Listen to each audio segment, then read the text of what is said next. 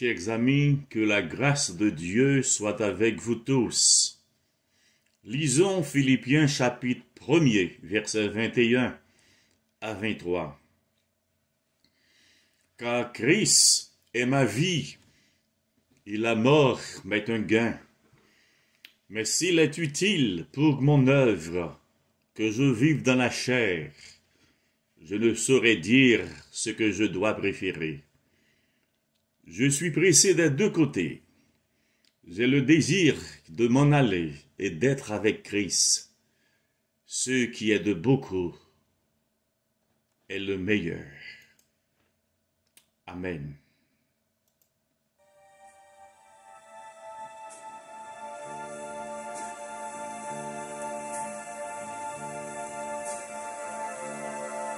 Si la mer se déchaîne, si le vent souffle fort, si la barque t'entraîne, n'aie pas peur de la mort. Si la barque t'entraîne, n'aie pas peur de la mort. Il n'a pas dit que tu coulerais, il n'a pas dit que tu sombrerais, il a dit allons de l'autre bord, allons de l'autre bord.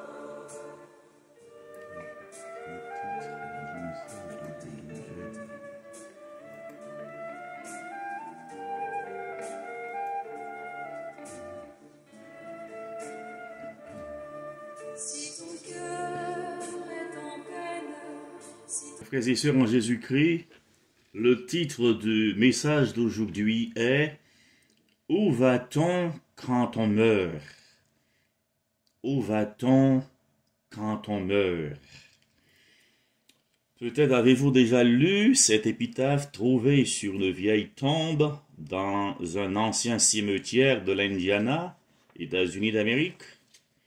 Étranger, quand tu passes par ici, arrête-toi, car j'étais un jour comme toi, et là où je suis maintenant, tu y viendras aussi.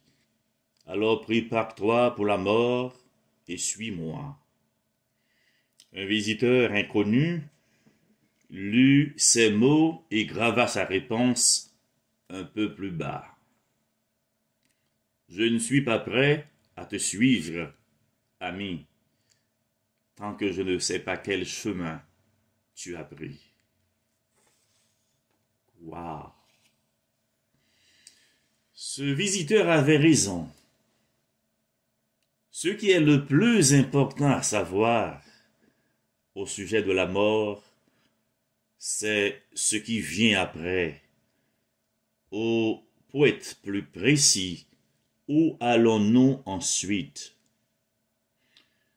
Chers amis, la Bible enseigne que la mort physique est une séparation. Mais une séparation vers quoi?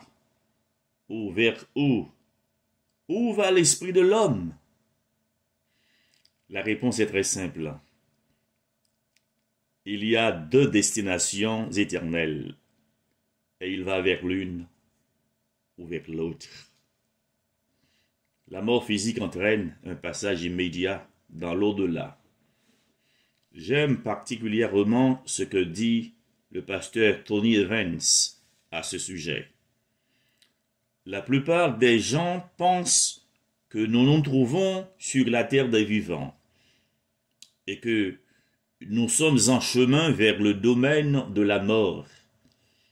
Mais en fait, nous nous trouvons sur la terre des mourants et nous sommes en chemin vers le domaine de la vie. Amen. Dans cette fascinante parabole de Lazare et de l'homme riche, dans Luc chapitre 16,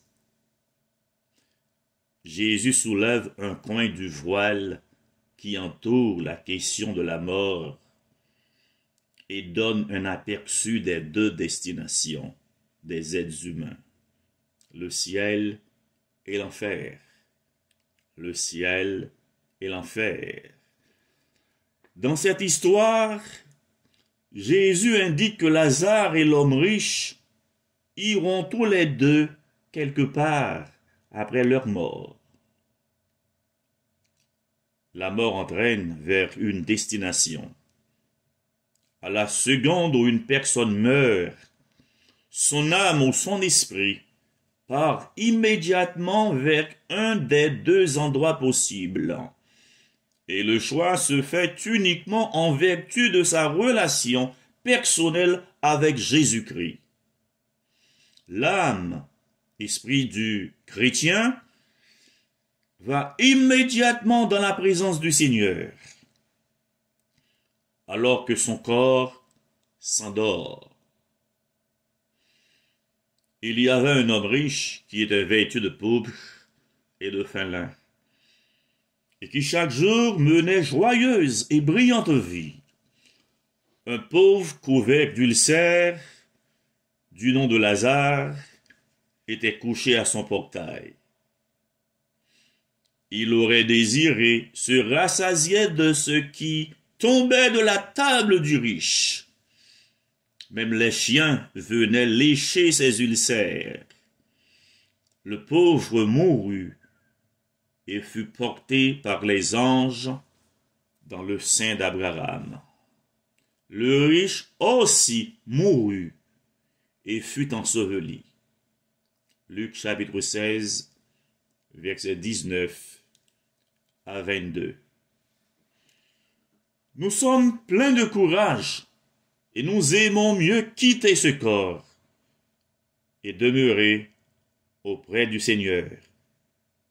2 Corinthiens 5, verset 8. Car pour moi, Christ est ma vie, et la mort m'est un gain. Je suis pressé des deux côtés. J'ai le désir de m'en aller et d'être avec Christ, ce qui est de beaucoup le meilleur. Philippiens 1er, versets 21 et 23. Dans un cimetière de l'Alabama, États-Unis d'Amérique, on peut lire ces quelques mots qui résument bien cette vérité.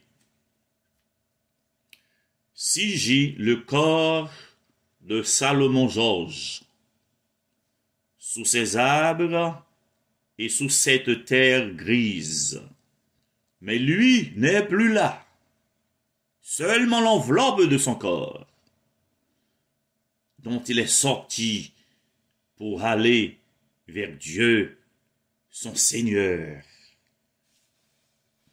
Pour le chrétien, à sa mort,